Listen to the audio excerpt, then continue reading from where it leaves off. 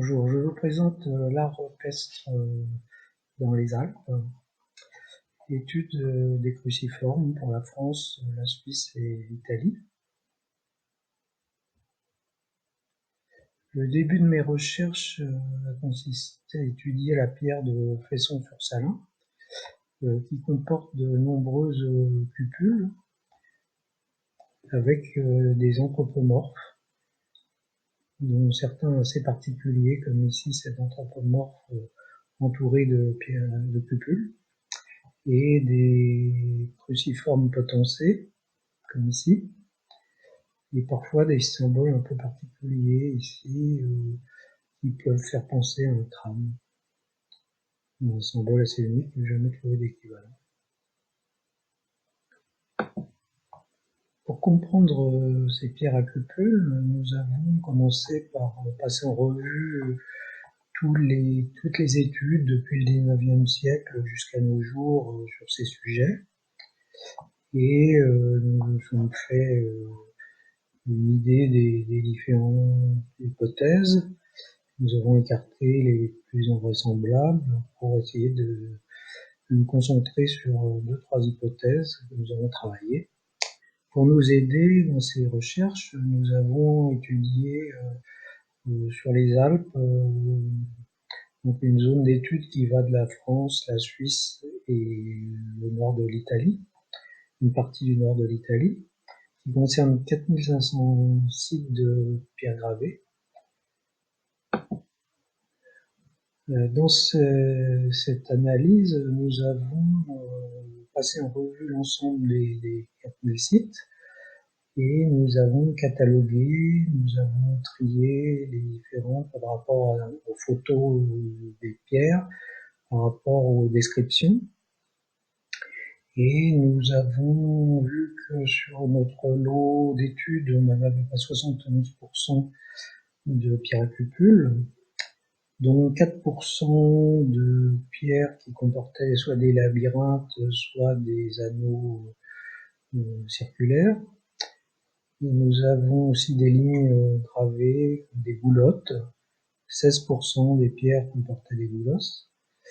Et nous avons aussi différencié les types de croix qui pouvaient être présentes sur ces pierres. Nous avons essayé de différencier ce qui pouvait être des croix historiques par rapport à des croix potentiellement préhistoriques. Donc nous avons trouvé 6% de croix historiques et 11% de croix potentiellement préhistoriques. Nous avons aussi des croix cupulées qui représentent 2% et des croix amphies et autres qui représentent 1%. Nous avons fait ça sur chaque pays. Les valeurs sont assez proches d'un pays à l'autre. Il y a les lignes gravées qui sont un peu plus importantes en Italie avec 28%. Par rapport à la France, 14%. Et dans l'ensemble, on retombe à peu près sur les mêmes pourcentages. Et ça recoupe les études qui sont parues en Suisse sur le sujet.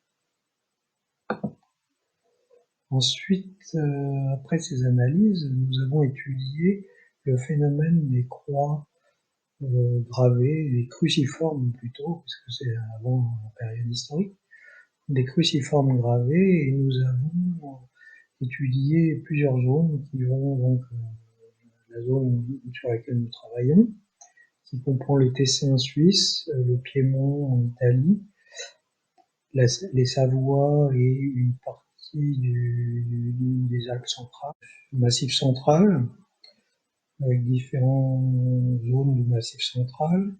Ensuite, la Catalogne, où il y a des choses particulières comme les dolmens qui comportent des cruciformes, et toute la partie ouest de l'Espagne et du nord du Portugal.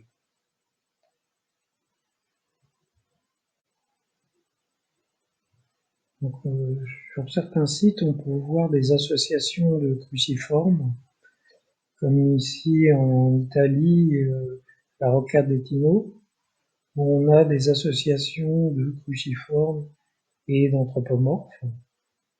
On retrouve aussi d'ailleurs des croix potencées, des anthropomorphes à croix potentée. On a aussi à la Pera di Scro, en Italie, toujours, où on a des anthropomorphes féminins associés, et certains peut-être masculins d'ailleurs, associés avec des cruciformes. Et ici, au col de la Vanoise, on retrouve un peu le même phénomène d'un cruciforme associé à un anthropomorphe. Ici, on peut voir différents motifs.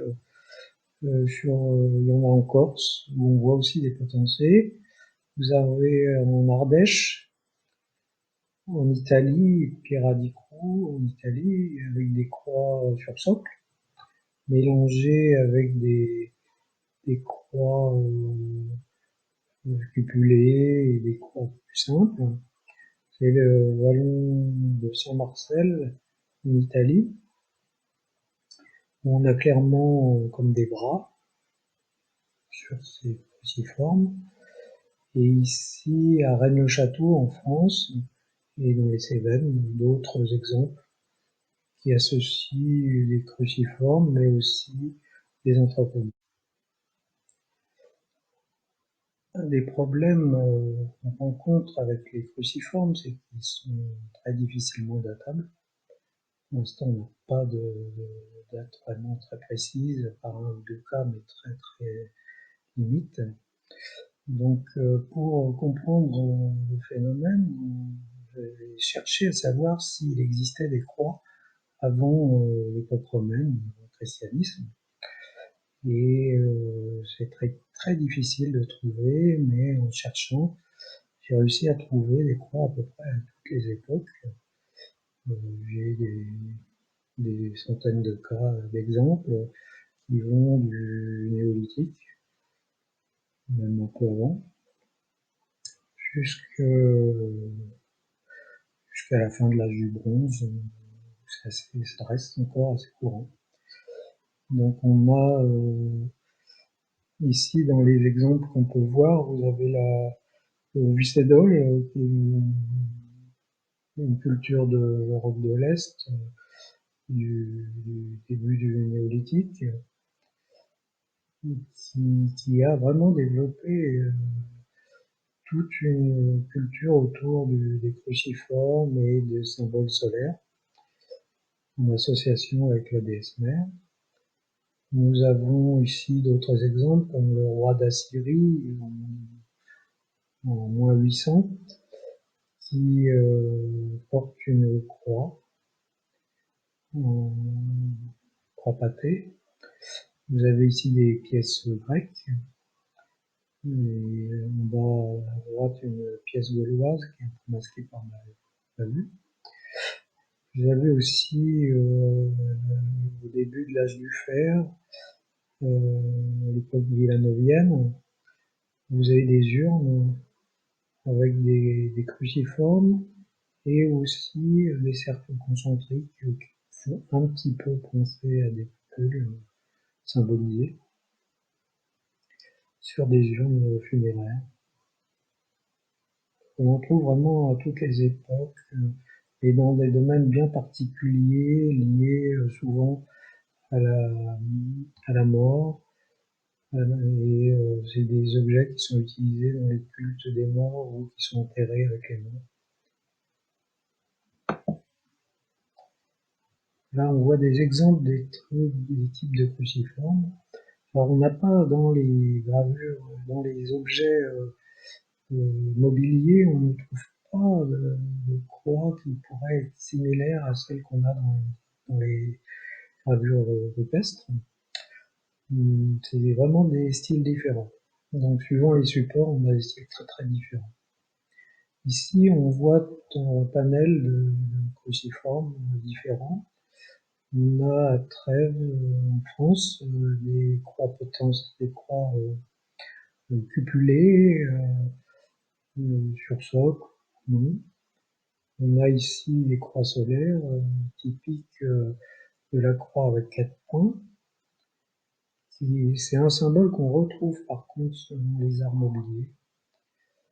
On a dans les Cévennes, ici, différentes formes de croix, où il y a des grandes croix, des plus petites.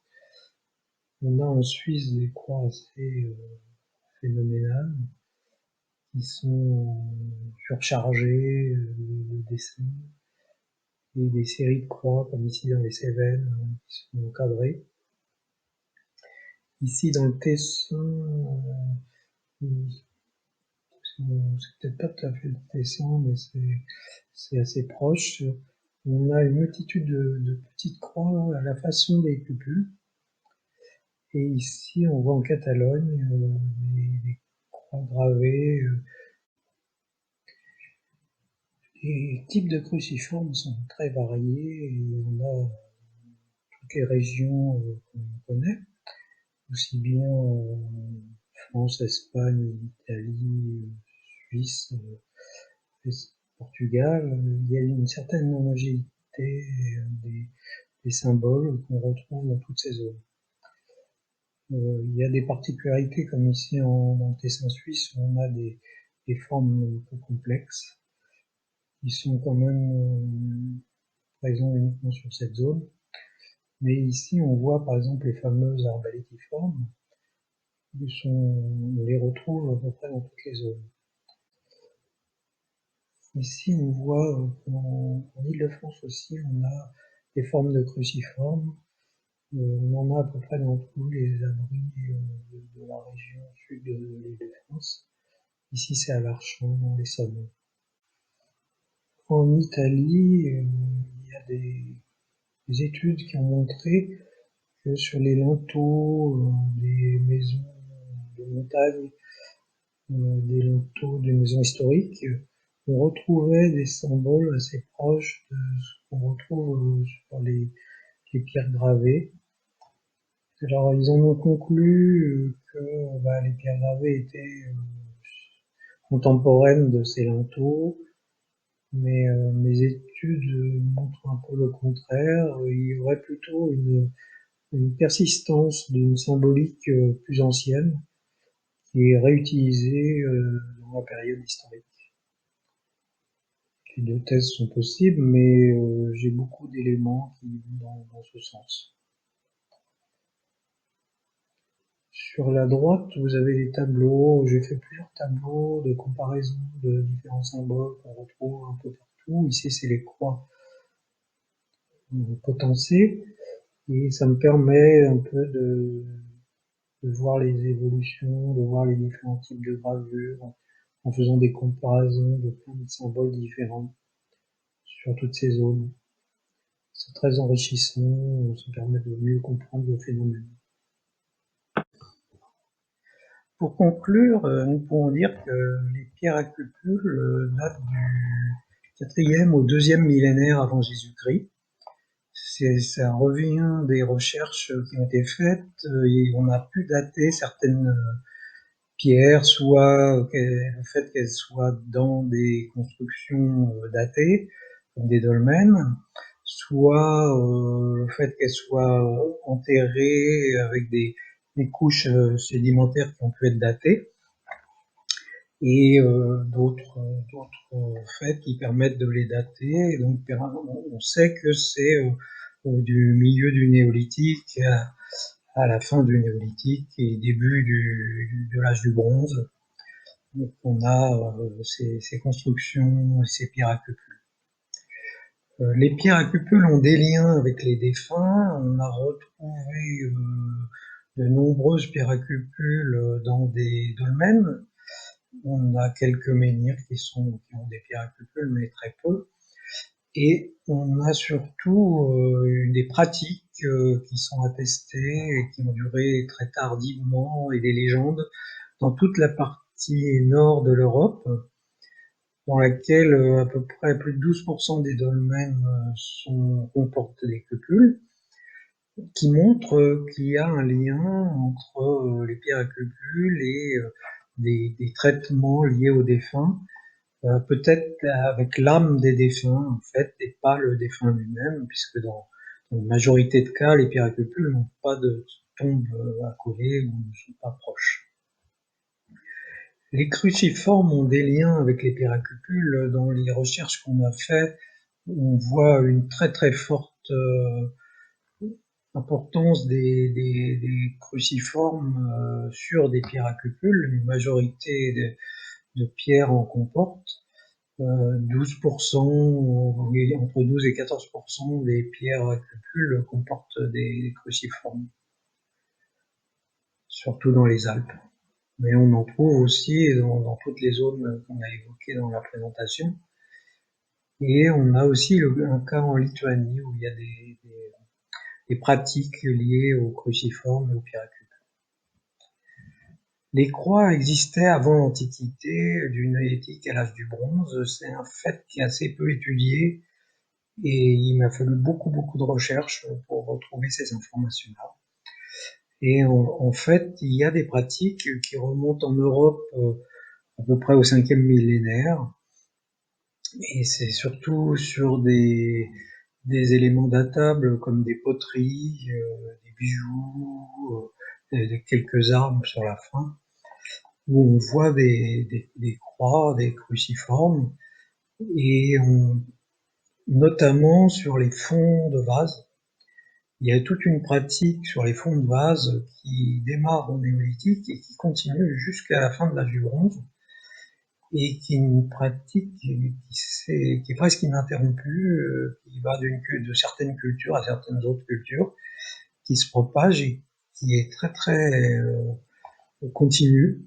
On trouve même des vases funéraires de la période du bronze avec des cendres qui comportent des cruciformes. Ces croix ont également des liens avec le traitement du défunt. La plupart de ces vases sont soit dans des tombes, soit contiennent des éléments liés au défunt, notamment de la nourriture déposée avec le défunt. Donc c'est une pratique très particulière dans un contexte vraiment particulier sur une bonne partie de l'Europe. Les cruciformes rupestres en Europe sont dans 4 zones principales. On l'a vu, les Alpes, le Massif central, Pyrénées-Catalogne, nord-ouest de la péninsule ibérique, comprenant le Portugal. Et les symbolisations cruciformes, svastikas, spirales, cercles concentriques, sont des symboles liés aussi aux déesses mères. J'ai pu retracer ces analogies, ces proximités des deux phénomènes, et des liens entre le cycle de vie, la fertilité, la chance, la mort, l'âme, le cycle du soleil et les déesses mères sont perceptibles.